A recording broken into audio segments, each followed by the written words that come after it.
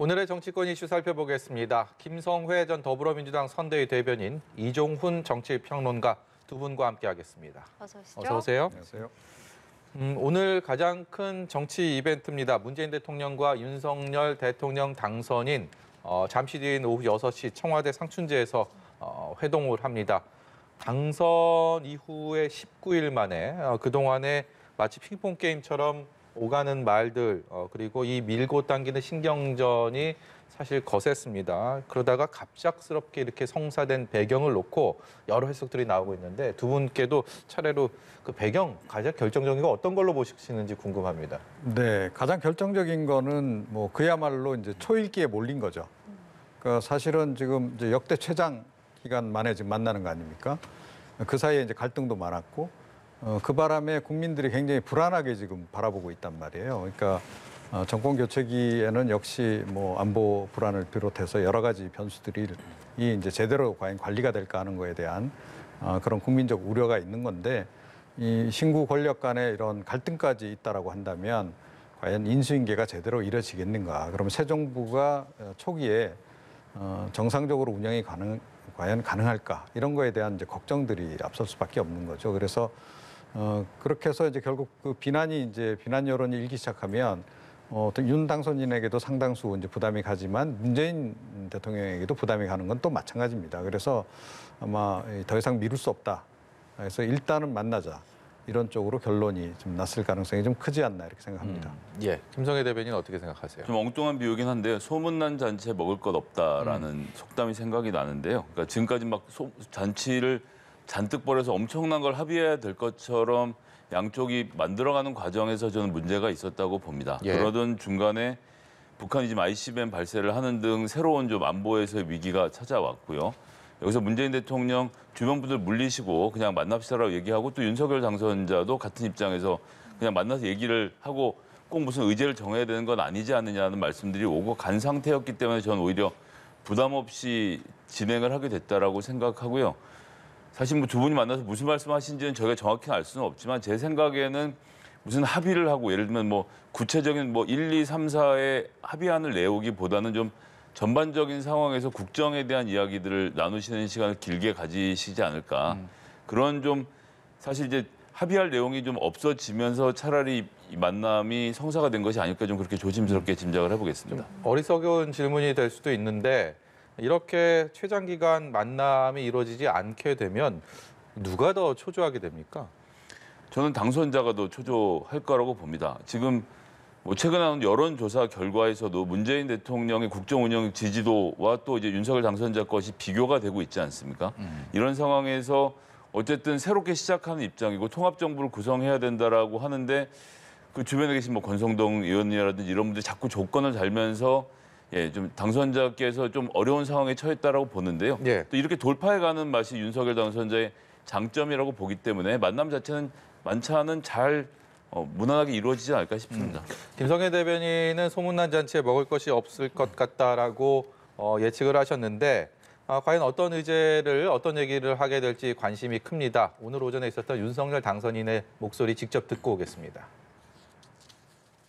오늘은 어떤 의제는 특별히 없고 조율할 문제는 따로 얘기할 것 같고요. 뭐 아무래도 이런 민생이라든가 안보 현안 같은 거는 얘기가 나올 수는 있을 겁니다. 예, 처음에 약속했던 오찬 대신에 만찬을 택한 만큼 시간적 제약도 덜하고 그만큼 또 다양한 주제를 이야기할 수 있지 않겠느냐라는 전망들이 나옵니다. 앞서서 전반적인 국정 운영에 대한 이야기가 오가지 않겠느냐, 뭔가 합의보다는 그렇게 또 조심스럽게 예측을 해주셨는데 이종훈 평론가께서는 어떻게 생각하시는지 궁금합니다. 당장 입장차가 컸던 뭔가 이 집무실 이전이라든지 이명박 전 대통령 사면 문제 이런 부분에 대한 합의까지 좀 도달할 수 있으리라고 보십니까? 어떻게 예상하세요? 우선 의제 면에서 그런 거를 다 이 얘기를 안 할 거면 굳이 저녁 때 만나실 필요가 없죠. 낮 시간에 간단하게 차담회 정도로 그냥 끝낼 수도 있는 겁니다. 그런데 저녁 시간을 선택을 했다라는 것은 상당히 지금 할 얘기가 많다. 네. 일단 그런 거로 일단 이제 우리가 추정할 수 있을 것 같고요. 지금 윤 당선인이 의제가 없다라고 얘기를 이제 했는데 이 의제가 없다라는 말이 사실은 무서운 얘기입니다. 모든 의제를 다룰 수도 있다라는 뜻이거든요. 예. 저 얘기가. 그리고 그 동안에 이제 워낙 이제 당선인 측에서 이것저것 이 만남에서 이야기할 거리들에 대해서 언급을 많이 했잖아요. 이명박 전 대통령 사면 얘기도 했고 또 보니까 어제 오늘 사이에는 또 이 추경안 얘기도 계속 또 굉장히 강조해서 얘기를 하고 그러고 있습니다. 그 이외에도 지금 사실은 그 대통령과 당선인이 만나면 반드시 필수적으로 해야 되는 얘기가 또 있잖아요. 안보라든가 경제와 관련한 얘기는 또 안 할 수가 없는 겁니다. 현재 또 정세가 워낙 또 위중하기 때문에 네. 코로나19 관련해서도 당연히 이야기 안 할 수 없는 거고 그렇게 따지고 보더라도 벌써 이 5가지가 넘습니다. 제가 보기엔 굉장히 그 여러 가지 다양한 사안들, 특히 그동안에 뭐 당선인 측에서 제기했던 여러 가지 그 의제들 거의 모두가 다뤄질 가능성이 높지 않나 이렇게 생각을 해요. 근데 이제 그 모든 것에 대해서 그러면 오늘 최종 합의 내용이 다 나올 것인가? 그거는 아니다. 그러니까 당선인 측에서 요청은 하지만 대통령이 받아들일 게 있고 안 받아들일 게 분명히 존재하지 않겠습니까? 반드시 또 이걸 건의를 하면 받아들여야 된다라는 그런 법칙이 있는 것도 아니기 때문에 그래서 이제 일부는 합의를 하고 합의 안 된 부분은 그냥 논의를 하는 정도. 그래서 어떻게 보면 윤 당선인 측에서 아마 요구하는 내용이 훨씬 더 많을 텐데 문재인 대통령보다는 이런저런 이제 그 요청 사항에 대해서 잘 알았다, 협조하도록 노력하겠다 이런 정도의 선에서 얘기가 진행될 가능성이 좀 크지 않나 이렇게 생각을 합니다. 우리 이은지 앵커가 조금 전에 이제 오찬 대신 만찬으로 변경된 것을 두고 이제 시간 제약이 덜하다라고 이렇게 얘기를 했는데. 일단 분위기상으로는 여러 가지 얘기들을 더 허심탄회하게 할 수 있는 그렇게는 조성이 됐다. 좀 긍정적인 신호다라고 볼 수가 있을까요? 일단 유영민 비서실장이 장재원 비서실장이 전화해서 전격적으로 회동이 성사되고 만찬도 청와대 측에서 제안했다는 것은 이제 유영민 실장 역할이 좀 컸다라고 봐야 되겠고요. 두 분이 또 부산 지역의 정치인이지 않습니까? 그러니까 훨씬 좀 부드러운 분위기에서 만찬이 진행될 거라고 예상을 할 수 있겠고요. 그리고 또 지금 윤석열 당선자께서 정확히 얘기를 했습니다. 조율할 문제는 따로 이야기할 것 같고 그러니까 우리는 합의문 같은 것을 생각은 없고 그다음에 대통령이랑 앉아서 이거 이렇게 합시다 저거 저렇게 합시다로 논의 난 그런 스케일의 사람이 아니다라는 얘기를 정확히 하신 것 같아요. 그러면서 민생과 안보 이 두 가지의 주제에 대해서 꼭 집어서 얘기를 했는데 윤석열 당선자가 보면 이렇게 정치적인 수사를 붙여서 말씀하시는 분이 아니거든요. 그래서 딱 요대로 뭔가 합의하는 자리라기보다는 민생과 안보 두 가지 현안을 놓고 좀 깊이 있는 대화를 하겠다라는 의지를 보였고 그런 정도로 만찬이 잘 이루어질 것 같습니다. 네. 앞서 추경 얘기가 살짝 언급이 돼서 관련 이야기 나눠보면 홍남기 경제부총리가 현 정부 임기 전에 추경 제출 계획은 없다는 입장을 분명히 했거든요. 관련해서 민주당의 압박이 계속되고 있는 상황인데요. 관련 내용을 듣고 저희는 계속해서 이야기 나눠가도록 하겠습니다. 윤석열 당선자에게 진정으로 추경의 의지가 있다면 인수위는 그 내역과 규모, 재원 방안을 국민들께 제시해야 합니다. 인수위 안을 놓고 여야 원내대표가 머리를 맞대 협의하고 대안을 마련해야 인수위의 눈치를 보고 있는 기재부를 설득할 수 있을 겁니다. 추경은 빠를수록 좋고 코로나로 인한 소상공인의 손실은 안전하게 보상되어야 합니다. 인수위는 조속히 안을 제시해 주시기 바랍니다. 예, 저 얘기와 더불어서 박홍근 신임 원내대표는 50조 추경안 이것은 지출 조정만으로는 불가능하고 국채 발행이 불가피하다라는 얘기도 했는데 오늘 윤석열 당선인 측에서 나온 얘기가 이번 청와대 회동에 있어서 코로나 손실 보상이 가장 시급하게 다뤄져야 한다라고 다시 한번 강조했습니다. 그렇기 때문에 이 추경안이 과연 어떤 그림을 그리게 될지 더더욱 관심을 끄는 상황인데요. 이 부분에 대한 전망도 좀 해보도록 하겠습니다. 이 사안은 오늘 그 회동 이후에 좀 급물살을 탈 가능성이 크다 이렇게 봐야 되겠죠. 그러니까 사실은 이제 정부 쪽에서는 그동안 여당이 계속 이 추경안 편성 이야기할 때마다 홍남기 부총리 계속 일단은 반대하고 나서는 그런 그 상황이 계속 반복적이었었잖아요. 그럼에도 불구하고 결국은 이제 정치권의 요구를 받아들여서 여당의 요구를 받아들여서 추경안을 편성을 하는 그런 그 관례가 계속 있었던 그런 건데 이번 같은 경우에도 당연히 이제 경제부서에서는 이제 반대를 일단 하는 거고요. 그 와중에도 지금 여당 지금 압박하고 있고 여기에 지금 당선인 측까지 지금 가세를 한 그런 그 상황이다 이렇게 봐야 됩니다. 그러면 여야의 이견이 없다라는 뜻이거든요. 이렇게 보면 뭐 그 아무래도 성사 가능성은 훨씬 더 높다. 더군다나 이 새 정부가 출범하면서 이거는 곧바로 국민에게 어떻게 보면 소상공인들에게는 큰 선물이 되는 그런 그 격이나 다름없는데 예. 그런 점에서 더욱더 역점을 둘 가능성이 이제 큰 거죠. 그렇게 보면 일단 성사될 가능성이 훨씬 더 크다. 그런데 이 규모라든가 사실은 이 구체적으로 어떻게 이 지원금을 이제 배분해서 지급할 건지 이 부분에 대해서는 조금 더 치밀한 접근이 좀 필요하지 않을까 이런 생각이 좀 드는데 그 부분은 아마 여야가 어떤 형태로든 좀 합의를 해야 될 내용이 아닌가 이렇게 생각을 합니다. 이 민주당에서는 국채 발행을 최소화하자고 윤석열 당선인 측에서 얘기를 하고 있기 때문에 기존의 50조 원 규모는 좀 어려울 것이다라는 전망을 내놓고 있습니다. 그래서 뭐 추경이 반토막 정도 나지 않을까라는 얘기까지 하고 있는데 지금 인수위나 당선인 쪽에서는 그런 분위기는 아닌 것 같습니다. 자, 이거 정확히 보면 민주당 현재 25조에서 30조 정도 가능하지 않겠냐는 말을 하는데 이게 돈은 어쨌거나 대한민국의 돈이긴 하지만 계획을 지금의 기재부가 세워도 실제로 쓰는 건 윤석열 정부 5월에 들어서거든요. 예. 그런데 지금의 운영 철학에 대해서 국민의힘이 지금까지 해왔던 얘기는 재정 건전성 유지해야 된다. 자꾸 부채 내지 마라. 라는 경고를 해왔습니다. 그런데 지금 이제 박홍근 원내대표도 그렇고 민주당 얘기는 그런 거죠. 자, 당신들이 지금까지 말해왔던 거 있으니까 알겠고 그러면 50조를 어떻게 마련할지 큰 틀을 기재부한테 짜줘야 기재부가 거기에 맞춰서 할 겁니까? 자, 재정 건전성 지금까지 반대해 왔는데 국채 발행 허용하실 건가요? 한다면 어느 범위 정도까지인가요? 라고 되묻고 있는 것이죠. 그리고 이 50조라는 규모가 잘 짚어보면 작년에 이제 조선일보 당선자가 윤석열 당시 후보죠. 인터뷰할 때 50조라는 금액이 나왔고 그때 설명을 요구하는 여러 인사들의 요구에 대해서 후보가 나중에 얘기를 하겠다고 하고 아직도 그 정확한 이 규모를 정확하게 공개하지는 않았거든요. 예. 그러니까 짜는 실무적인 안은 문재인 정부의 기재부가 할 수 있지만 그 철학은 인수위에서 먼저 말씀하셔야 된다라는 제안에 지금은 인수위가 대답을 할 차례입니다. 이게 문제가 되는 것은 현재 이미 3월이라서 예산이 다 돌아가고 있어요. 아무리 쥐어짜내도 5조에서 10조 이상은 기재부에서 빼내기가 어렵습니다. 그럼 나머지 돈 어떻게 할 건지를 당선자께서 결단해서 인수위가 안을 짜는 게 중요하겠죠. 예, 알겠습니다.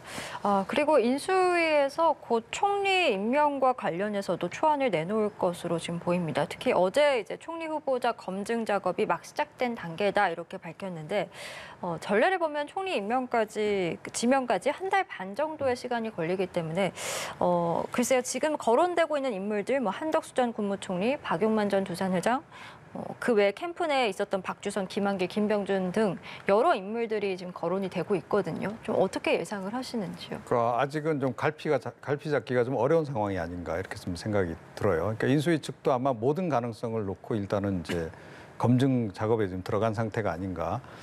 생각보다 좀 광범위하게 범위는 일단 잡고 있는 것 같아요. 보니까 그래서 뭐 전직 관료도 있고 또 전직 그 경제인도 있고. 또 이제 뭐 정치인 출신도 당연히 고려를 할 겁니다. 그래서 이제 좀 더 광범위하게 1차 이제 검증 작업을 한 다음에 검증에 1차 검증에서 문제 없는 사람 중에서 또 이제 고르겠죠. 그런데 가장 중요한 것은 역시 이제 국정 철학에 얼마나 합치하는 인물이냐 하는 거고 어찌됐건 첫 인사입니다. 첫 인사기 때문에 어떻게 보면 윤석열 정부의 철학을 딱 대변할 수 있는 그런 상징적인 인물. 를 이제 내세워야 되는 이제 그런 거죠. 계속 이제 인수위 측에서 얘기하는 것은 경제 역시 이제 강조를 하고 있고 그와 동시에 또 뭐 통합 또 이야기를 하고 있단 말이에요. 그래서 그 교집합에 가장 적합한 인물이 누군가 이 부분을 이제 고민을 할 것 같고 현재 지금 거명되고 있는 인사들도 굉장히 숫자가 많습니다. 벌써. 네. 그런데 향후에도 또 계속 또 추가로 나올 가능성이 좀 굉장히 높지 않나 당분간은 그럴 것이다 이렇게 생각을 합니다. 예, 인수위에서 이 인선에 대한 관심은 정말 갈수록 더 커질 텐데 문재인 정부 출범 때는 인수위가 없었기 때문에 그 전에 인수위 때는 첫 총리 후보를 지명할 때 저는 그 현장에 있었습니다. 근데 인수위원장을 옆에 두고 새 정부의 총리 후보가 지금의 인수위원장이다 이렇게 깜짝 발표를 했던 기억이 생생한데 안철수 인수위원장 얘기를 좀 해보려고 합니다. 권성동 의원, 윤석열 당선인의 핵심 측근인데 안철수 인수위원장의 총리 기용설에 대해 거기에 대해서는 좀 부정적인 입장을 밝혔습니다. 그래서 안철수 위원장이 과연 어떤 행보를 앞으로 이어가게 될지 정말 큰 관심을 받고 있거든요. 여기에 대해서는 어떻게 전망하십니까? 저는 일단 그 주변에 있는 즉 국민의힘에서 주요한 자리에 있는 분들이 자꾸 총리 얘기는 안 하시는 것 같아요. 그러면서 과학과 교육 이런 분야에 대해서 대단한 인사이트를 가지신 분이다라고 추켜 세우는 것이 과학기술 교육 뭐 이렇게 해서 부총리를 하나 신설을 해서 안철수 후보를 모시려고 하는 것이 아닌가라는 여러 가지 뭐 전망들이 나오고 있고요.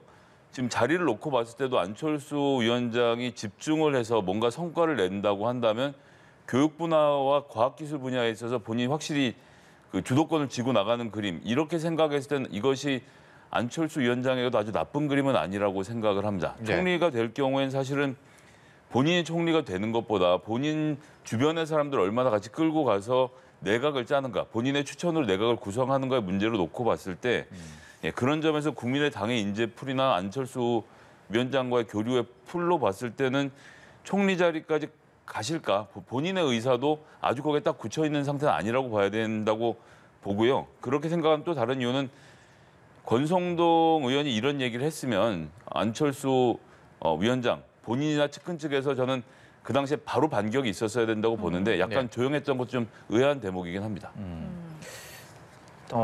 대통령 비서실장, 지금은 당선인 비서실장 장제원 의원이 하고 있는데 청와대 대통령 비서실장의 자리도 워낙 중요한 자리이기 때문에 핵심 측근이 가게 되느냐 그렇지 않느냐 이 부분도 관심을 모읍니다. 어떻게 생각하십니까? 네. 다 이제 장단점이 있죠. 그 핵심 측근을 이제 데리고 가면 뭐 대통령 입장에서 뭐 초기에 청와대 어찌됐건 그 비서진들 관리하는 게 좀 훨씬 수월할 수 있고 또 모르겠습니다. 윤 당선인 같은 경우에는 향후에 이 비서실을 어떤 식으로 활용할지 모르겠는데 과거와 달리 비서실의 힘을 좀 많이 빼겠다는 거 아니겠습니까? 예. 그렇게 본다라 그러면 이제 물론 이제 다른데 만약에 이제까지 그랬던 것처럼 이 비서실이 일종의 그 컨트롤 타워 역할을 맡게 된다. 또 그런 식으로 끌고 가겠다라고 이야기를 한다면 비서실장 자리는 상당히 그 좀 비중이 높아질 수밖에 없는 거죠.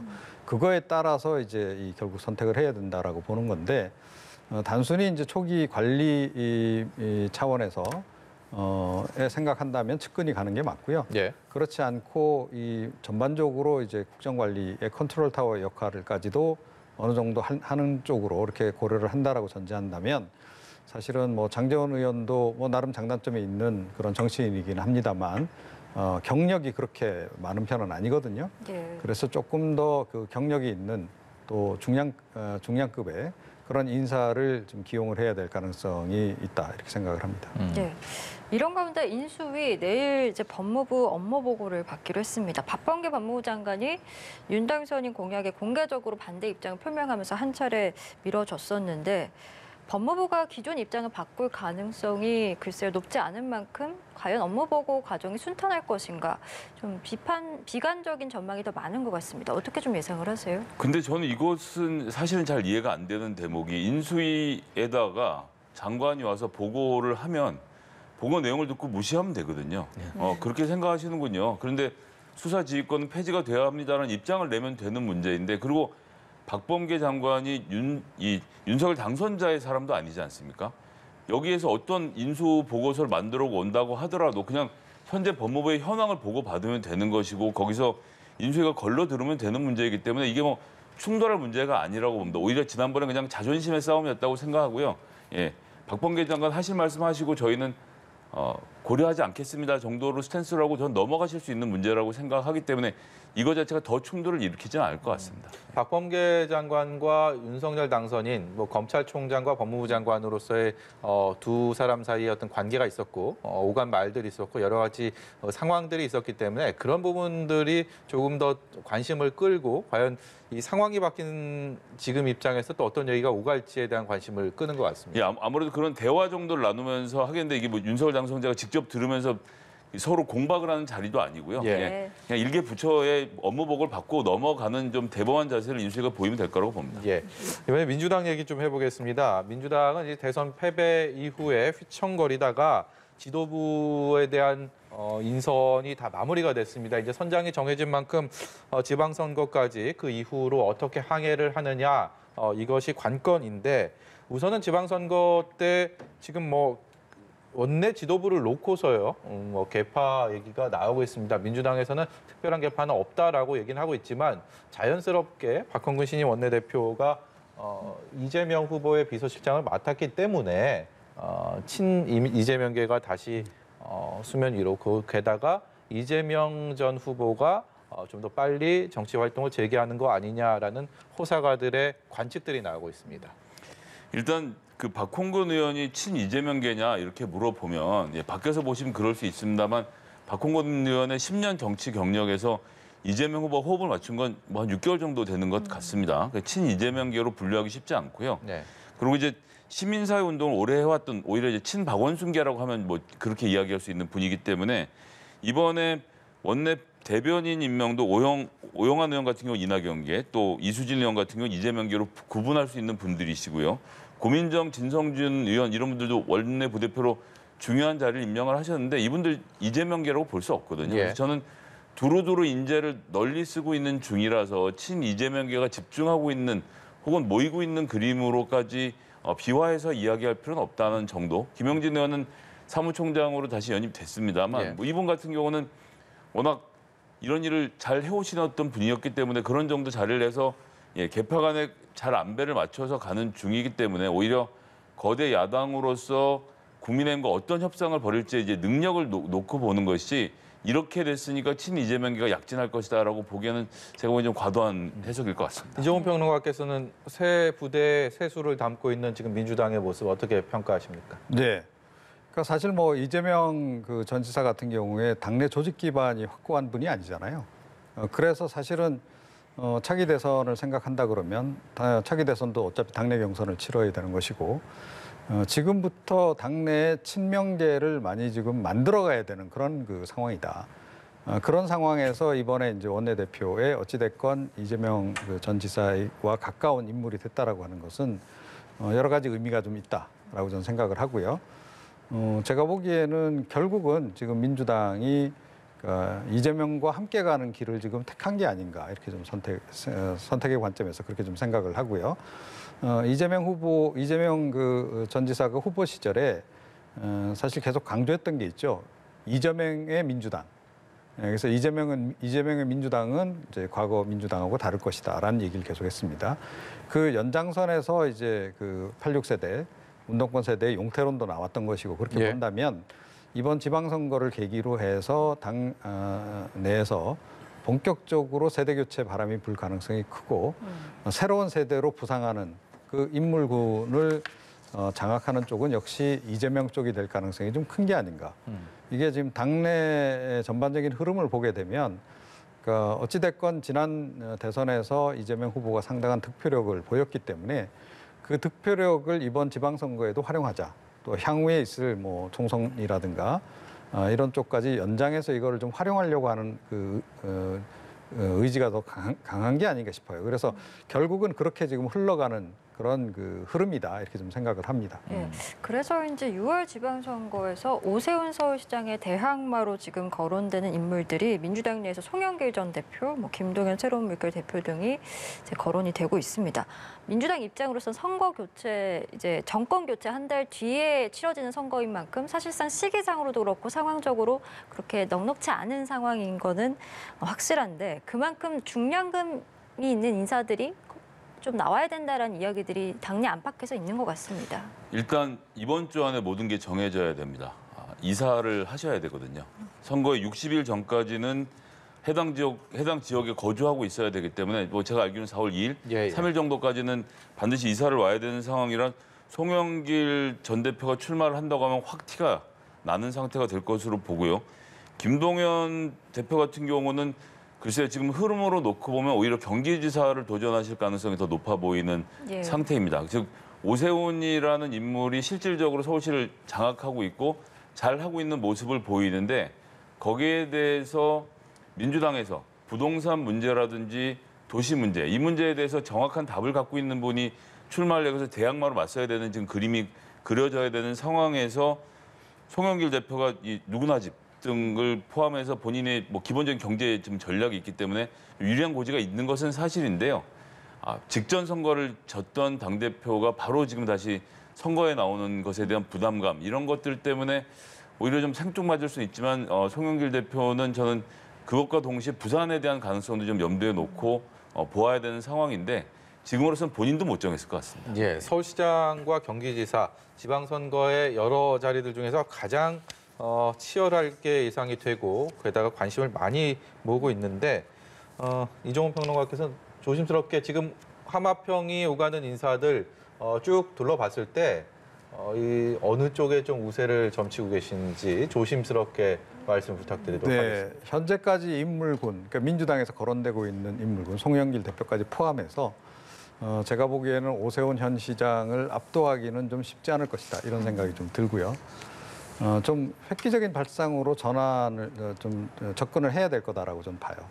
그러니까 지금 이제 민주당도 대선 패배 이후에 뭔가 확 바뀐다는 걸 좀 보여줘야 된다는 거죠. 그리고 조금 전에 말씀드렸듯이 이제 운동권 세대에 이제 용태론이 나온 상태고 국민들도 또 그걸 바라고 있다라고 전제한다면 그러면 차세대가 누구냐 하는 거죠. 그러면 이제 새로운 인물군을 이제 찾아서 투입을 하는 것이 훨씬 더 아마 경쟁력이 있지 않을까. 그런 관점에서 뭐 송영길 대표 같은 경우에도 뭐 86 운동권 세대나 다름없지 않습니까? 이제 그런 분이 이렇게 어떻게 보면 상징하는 인물이기도 한데 그런 인물들이 지금 계속 나오는 것은 별로 바람직하지 않을 것이다. 저는 그렇게 생각을 합니다. 예. 국민의힘 이야기도 해보면 김기현 원내대표가 이제 다음 달 30일이면 임기를 마치게 됩니다. 그래서인지 내부에서는 이미 좀 새 원내 사령탑과 관련된 하마평들이 나오고 있는데 170석의 거대 야당을 상대해야 하는 소수 여당 원내대표이기 때문에 이 대야 협상력이 무엇보다 중요하다는 이야기들이 나옵니다. 어떻게 좀 이 하마평에 이른 인물들을 또 평가하시는지도 궁금하고 또 어떤 부분이 중요하다고 보시는지요? 역시 가장 중요한 것은 이제 정말로 좀 어떻게 보면 좀 치밀할 정도로 이런 그 협상을 잘 해낼 수 있는 그러한 인물이어야 될 거다라고 저는 봐요. 그러니까 여소야대란 말이죠. 그런데다가 의석 차이가 굉장히 크게 납니다. 자, 이런 상태에서 사실은 영리하게 접근하지 않으면 이 판판이 민주당의 반대에 걸려서 이게 다 무산될 가능성이 높아요. 그러니까 윤 당선인도 뭐 새 정부 출범 초기에 아마 굉장히 의욕적으로 뭐 하려고 할 겁니다. 이것저것 공략했던 내용들 이제 처리하려고 할 텐데 그걸 실행하려고 했을 때 어찌됐건 상당수는 입법 사항이라는 거죠. 법으로 이제 뭔가 개정을 해서 처리하지 않으면 안 될 사안들이 많은데 네. 이거를 잘 관철을 시켜내려면 무조건 대립해서도 안 되는 것이고 이제 그런 겁니다. 그래서 아주 치밀하게 상대방을 설득을 해서 그 상대로 하여금 그야말로 요구에 응하지 않을 수 없도록 만들어내는 그런 이제 역량이 있어야 되는 겁니다. 그래서 이거는 뭐 그동안에 이제 정치 경력도 굉장히 중요할 것 같고 또 인품도 굉장히 중요할 것 같고 민주당 쪽에서 상대적으로 좀 거부감을 덜 느낄 만한 그런 인물이어야 하겠죠. 대략 그런 범주를 우리가 생각해 보면 될 것 같은데 뭐 결국 선택은 국민의힘 의원들이 하는 거기 때문에 어떻게 할지는 지켜봐야 될 것 같습니다. 예, 알겠습니다. 저희 오늘 두 분 말씀 여기까지 듣도록 하고요. 김성애 전 더불어민주당 선대위 대변인 또 이종훈 정치평론가와 함께했습니다. 오늘 말씀 고맙습니다. 고맙습니다.